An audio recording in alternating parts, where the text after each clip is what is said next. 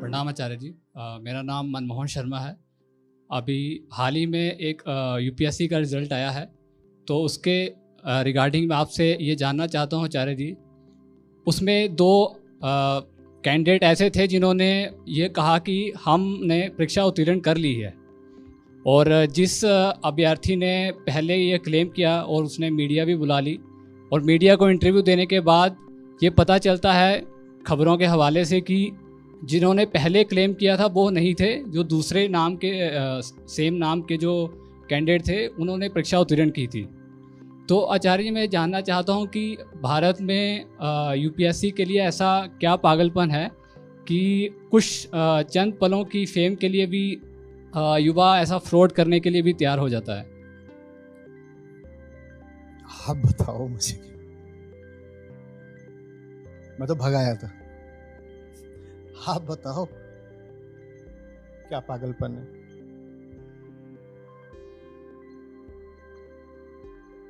विकसित देशों में ये नहीं पाया जाता, कारण सामाजिक और आर्थिक है। भारत में भी जो थोड़े आर्थिक रूप से समृद्ध राज्य हैं वहां नहीं पाया जाता ये।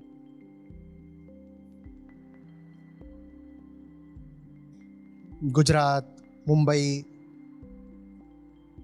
बेंगलुरु, वहां आपको ये यूपीएससी के इतने होर्डिंग या इतना क्रेज नहीं मिलेगा। कोई नहीं कहेगा कि गुड़गांव जाना जाता है यूपीएससी कोचिंग सेंटर्स के लिए, वहां भी नहीं मिलेगा। जो जगह जितनी पिछड़ी हुई होगी आर्थिक, सामाजिक, मानसिक हर तरीके से, वहाँ उतना ज़्यादा ये यूपीएससी का क्रेज़ होगा और वहाँ कोचिंग माफिया की गिरफ्त उतनी तगड़ी होगी।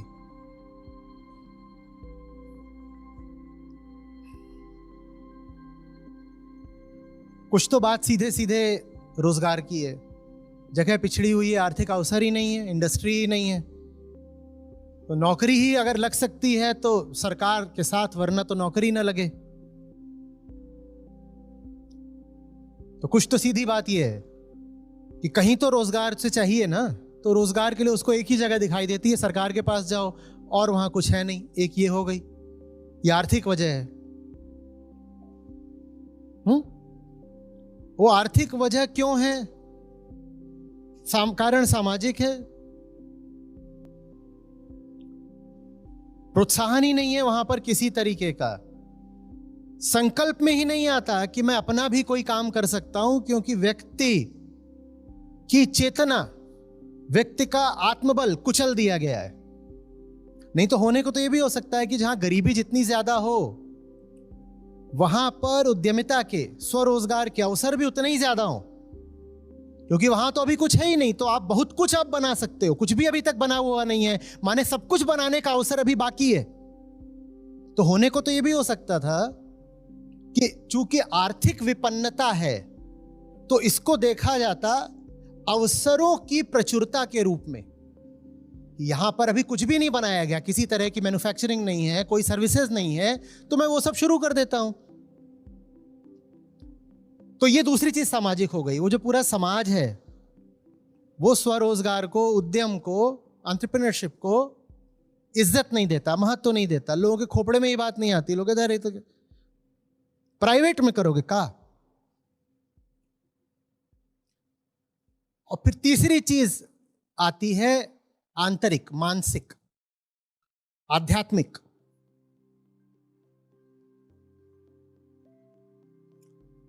ये तब भी रह सकती है जब पहली दो चीजें ना रहें।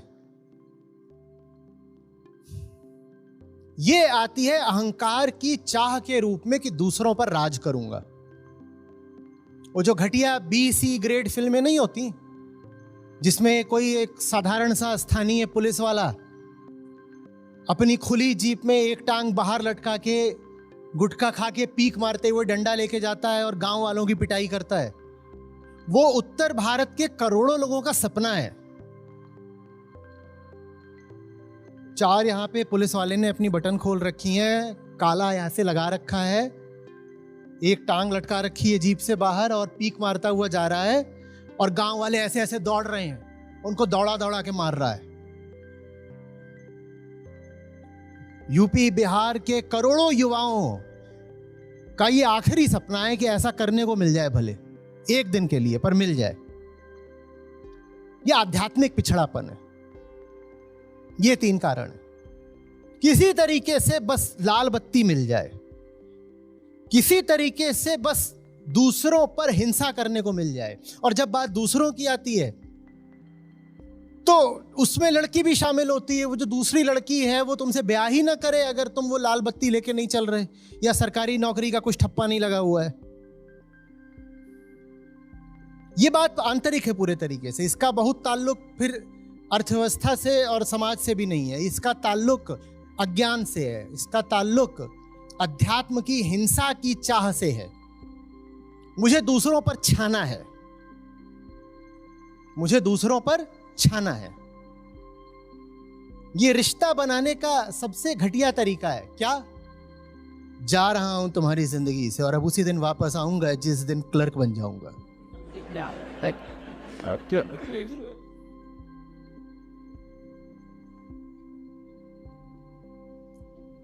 और क्लर्क बनने के बाद संयुक्त राष्ट्र संघ में तुझे उल्टा लटकाऊंगा।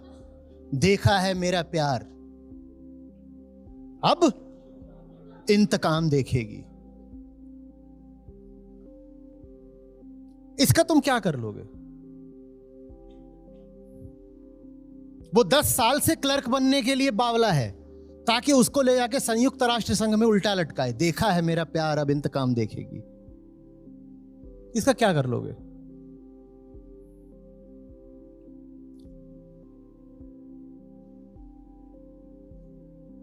पहली बात, आर्थिक विपन्नता। प्राइवेट सेक्टर ही नहीं है तो जॉब ही मिलनी है सरकार के साथ। दूसरी बात, सोशल कंडीशंस। कोई आसपास के माहौल में नहीं है जो उसको बोल रहा हो कि भाई एआई की पढ़ाई कर ले, बिजनेस की पढ़ाई कर ले, दुनिया में इतने क्षेत्र और खुल गए हैं, उनकी ट्रेनिंग ले ले, या कुछ अपना काम धंधा शुरू कर दे। कोई बोलने वाला नहीं है। ये सोशल कंडीशंस है। अगर कोई ये बोल भी दे, अब उसको माइक्रो क्रेडिट भी चाहिए, ज्यादा नहीं, 1 लाख रुपए चाहिए उसको, तो उसको 1 लाख रुपए भी कोई देने वाला नहीं है कि बिजनेस की सीडिंग हो जाए। या ये सोशल कंडीशंस हो गई। और फिर आती है इंटरनल कंडीशन। इंटरनल कंडीशन जिसमें हमारी संस्कृति ने हमें भीतर से इतना सड़ा रखा है कि सबको राजा बाबू बनना है। क्या? राजा बाबू। हाँ, साहब आ गए, साहब साहब। हवस है ना, अच्छा लगता है ना कोई साहब बोले। बोलो साहब साहब साहब साहब साहब। और तुम साहब बोल कैसे देते हो?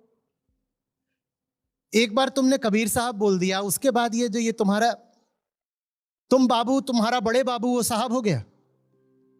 बाबू के लिए बड़े बाबू कौन है? साहब। साहब साहब आ गए, साहब। और हिंदुस्तान में, उत्तर भारत में ये बात बड़ी भारी हवस की तरह है। कोई हमें साहब बोल दे, अच्छा लगता है ना,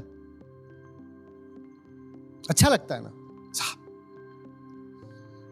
वहां पर सड़क किनारे ट्रैफिक पुलिस रोक लेती है तो लड़कों को नुस्खा पता है। वो जाकर के वहां पर जो वो ट्रैफिक कांस्टेबल खड़ा होगा उसको बोलेंगे, अरे दारोगा साहब,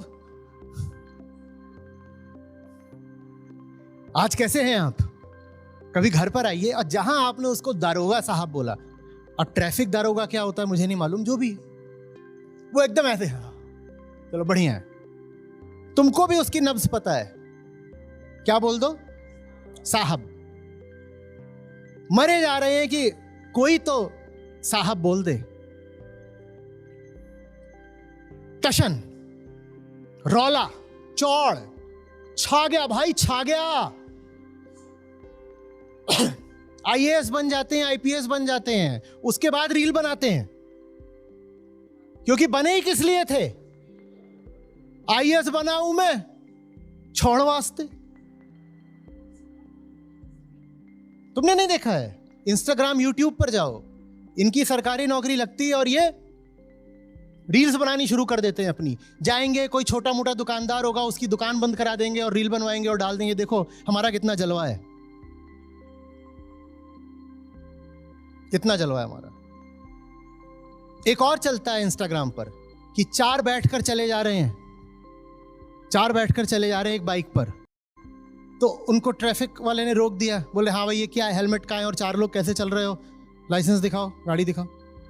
बोल रहे हैं वो चौथे नंबर पर वो एसपी साहब बैठे हैं, बात कर लो। तो जाता है, बोलता है अरे सर एसपी सर कौन से बैच से हैं? तो अभी तो फॉर्म भरा है, और उसको मारता है पटापट। कुल मिलाकर के तुम्हें कोई देशभक्ति करनी है, कोई समाज सेवा करनी है, तुम इसलिए थोड़ी सरकारी नौकरी मांगते हो। तुम्हें सरकारी नौकरी चाहिए ताकि छा सको, छा सको। छा गए भाई, छा गए। वही घर का पुराना झुन्नू, कोई पूछता नहीं था, खाने को भी फेंक के देते थे।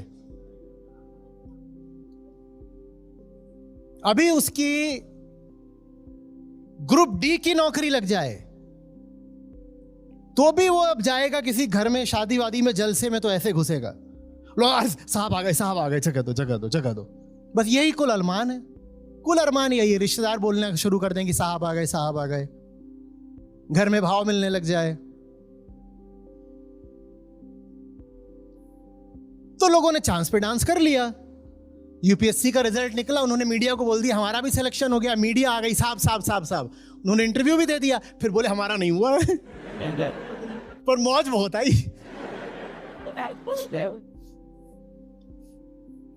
एक कोचिंग ने तो मेरा भी छाप दिया था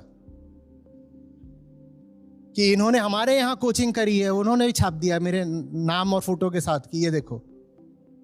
आज की नहीं बात कर रहा, 2000। और ये सब कोचिंग वाले पकड़े जाते हैं, फर्जी लिस्ट निकालते हैं, इतने हमारे यहां से थे, इतने हमारे यहां से थे। तुम इतना भी कर लो अगर कि वहां पर जाकर के इंक्वायरी कराए हो कि हाँ भाई आज तापमान कितना है, तो भी वो कहेंगे कि उन्होंने ही तुम्हें सेलेक्ट करा दिया है।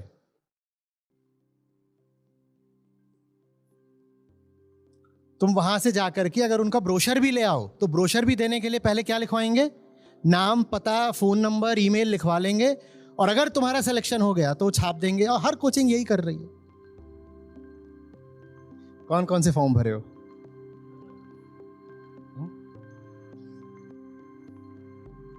आचार्य जी मैं तो एनरोलमेंट फॉर्म ही भरता रहता हूं, यही काम दिया है आपने।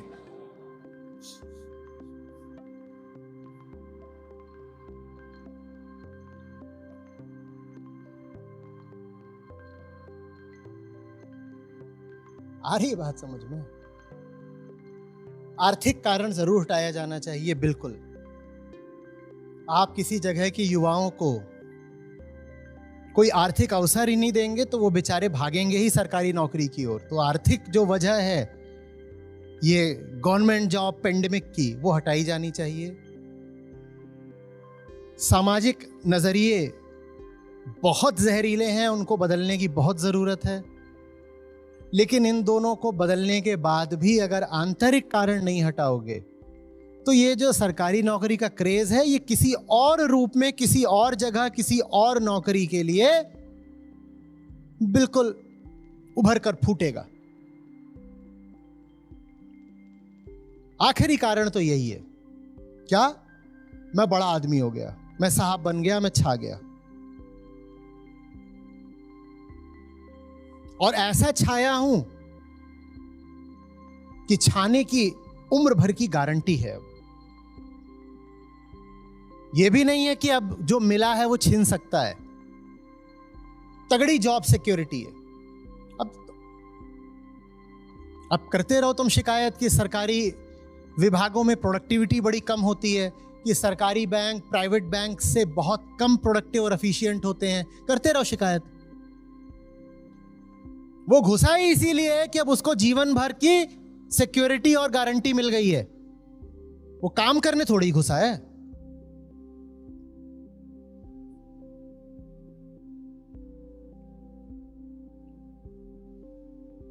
रोते रहो कि हर चीज प्राइवेटाइज करनी जरूरी है। जब प्राइवेटाइज करो तभी काम होता है, नहीं तो काम नहीं होता। एयरटेल, आइडिया, जियो, इनका नेटवर्क कैसा है और बीएसएनएल का नेटवर्क कैसा है? रोते रहो भाई। वो काम करने थोड़ी गया था, वो वहां क्या करने गया था? छाने। वो छा गया, वो छाया ही हुआ है।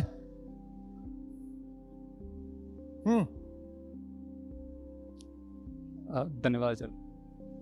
सर यूपीएससी या गवर्नमेंट जॉब में अपने आप स्ट्रक्चरल कोई लूप होल है?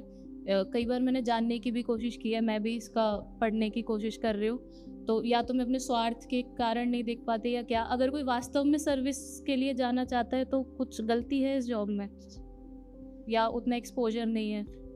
वास्तव में अगर आप जाना चाहते हो तो किसी जॉब में कोई गलती नहीं है। गलती वहीं शुरू हो जाती है जहां आपको लगता है कि कोई अच्छा काम इसी जॉब में हो सकता है, तो इस सवाल में ही गलती है। किसी को कोई अच्छा काम करना होगा तो किसी एक खास जॉब की ओर ही क्यों दौड़ेगा? किसी को सचमुच अगर देश सेवा करनी होगी तो वो बस किसी एक खास रास्ते को पकड़कर उसमें 10 साल तक तैयारी थोड़ी करेगा। वही थोड़ी कहेगा कि अपनी पूरी जवानी जला दी, जब 10 साल के बाद कोई खास नौकरी मिलेगी यदि, तब देश सेवा शुरू करूंगा, तब देश सेवा शुरू करूंगा। इस सवाल में ही गलती है, इस सवाल में ही नियत की खराबी है। मैं क्या हूं? मैं प्रचंड देशभक्त हूं। मुझसे समाज की दुर्दशा देखी नहीं जाती। मुझे आईएएस बन के भारत का कल्याण करना है। दिल रोता है मेरा, खून जलता है मेरा, दिन रात मेरे आग लगी रहती है देश सेवा की। तो क्या कर रहे हो? वो मैं 10 साल से दिल्ली में कमरा किराए पर लेकर यूपीएससी की तैयारी कर रहा हूं। तेरे इतनी आग लगी होती तो तू 10 साल इंतजार करता कि अगर एक खास नौकरी मिलेगी, अगर मेरी ये शर्त पूरी होगी कि मुझे वो खास नौकरी मिले तो मैं देश सेवा करूंगा। और 10 साल तक मैं कुछ नहीं कर रहा। 10 साल तक क्या कर रहा हूं? तेरे आग लगी होती तो तू 10 साल अपने ऐसे खराब कर देता है, या तूने 10 साल में कुछ कर ही लिया होता। जिसे देश सेवा करनी होगी वो तुरंत करेगा या 10 साल इंतजार करेगा? तो इस सवाल में ही खोट है।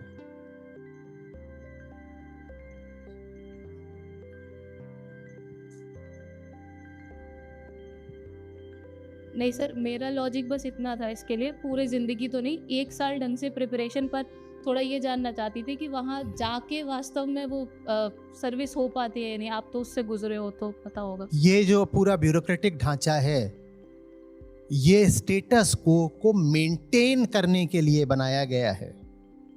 ये एक मेंटेनेंस सेंट्रिक स्ट्रक्चर है। समझ रहे हो बात को? मैनेजर्स हैं, एडमिनिस्ट्रेटर्स हैं, रिफॉर्मर्स नहीं हैं। डेफिनेशन ही यही है, डेफिनेशन ही यही है। जब बहुत बन जाते हैं तो सेक्रेटरी कहलाते हैं। प्रमोट होते होते जब बहुत ऊंचे पहुंच जाते हैं ना तो सचिव हो जाते हैं, सेक्रेटरी। सेक्रेटरी सेक्रेटरी बताओ किसके? किसके? वो अनपढ़ नेताजी के, उनके सेक्रेटरी हो जाते हैं। अब नेताजी तो नेताजी हैं, चलना तो उन्हीं के इशारे पे पड़ेगा ना, नहीं तो पनिशमेंट पोस्टिंग मिल जाएगी, नहीं तो साल में 3 बार ट्रांसफर होंगे। तुम क्या वहां पर रिफॉर्म ले आ लोगे? नेताजी को वोट रिफॉर्म लाने के लिए थोड़ी दिया है जनता ने। नेताजी को तो जनता ने वोट इसलिए दिया है क्योंकि नेताजी ने जनता को 200, 500 रुपए बांटे थे, रेवड़ियां बांटी थी। नेताजी जनता को मुफ्त की मलाई चटा करके आए हैं वोट लेकर के। अब ये नेताजी क्या पद पर रहते हुए रिफॉर्म करेंगे? अगर नहीं करेंगे तो सेक्रेटरी क्या कर लेगा? सेक्रेटरी क्या कर लेगा बेचारा?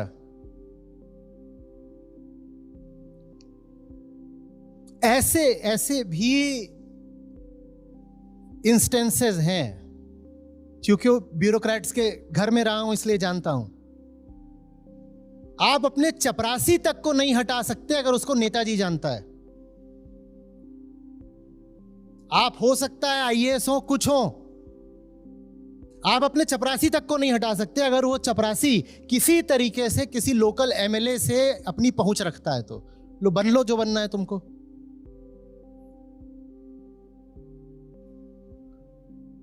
बाय डेफिनेशन ये स्ट्रक्चर मेंटेनेंस का है। Maintenance is not disruption. What we need is disruption. एक भी ऐसा सिग्निफिकेंट पद नहीं होता जिस पर नेताजी ने अपने पसंदीदा ब्यूरोक्रेट को न बैठा रखा हो। और अफसोस की बात है, लेकिन ज्यादातर यह होता है कि जो पसंदीदा होता है वो कोई चाटुकार होता है। नेताजी उसको ही सारी इंपॉर्टेंट पोस्ट्स पर बैठा देते हैं। तो हो सकता है कि आप कोई बहुत विद्रोही, क्रांतिकारी, सुधारवादी आईएएस हो, बिल्कुल हो सकता है, आईएएस, आईपीएस, कुछ भी, जितनी भी सर्विसेज होती हैं। हो सकता है कि आपके पास वो जज्बा हो कि मैं अपना डिपार्टमेंट बदल के रख दूंगा, पर बदलाव जहां हो सकता है वहां नेताजी आपको पोस्टिंग ही नहीं देंगे। नेताजी वहां अपने जात वाले को बैठाएंगे, नेताजी वहां उसको बैठाएंगे जो चुनाव जीतने में उनकी मदद करे।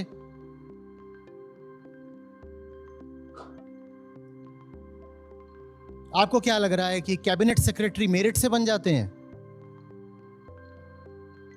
मेरिट भी चाहिए, मेरिट भी चाहिए।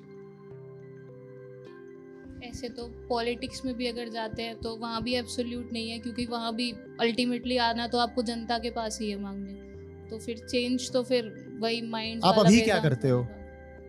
मैं पढ़ती हूँ सर, जो मिल जाता है नई नई चीजें। बस पढ़ो। आप पढ़ती हूँ नई नई चीजें, ऐसे बोलो मैं खाती हूँ, जो भी मिल जाता है नई नई चीजें। ये क्या है? स्किल्स वगैरह, जैसे अभी कल अप्लाई भी किया था उसका। ऐसे नहीं होता। ये कोई तरीका है जवान आदमी के जीने का? मैं पढ़ती हूँ, कुछ भी मिल जाता है, नई नई चीजें। इनकी टी शर्ट पढ़ो, देखो क्या लिखा है उस पर, पढ़ाओ इनको। सर सोशियोलॉजी देखो क्या लिखा है, पहले पढ़ो। रिवॉल्यूशन, ये भी तो पढ़ो।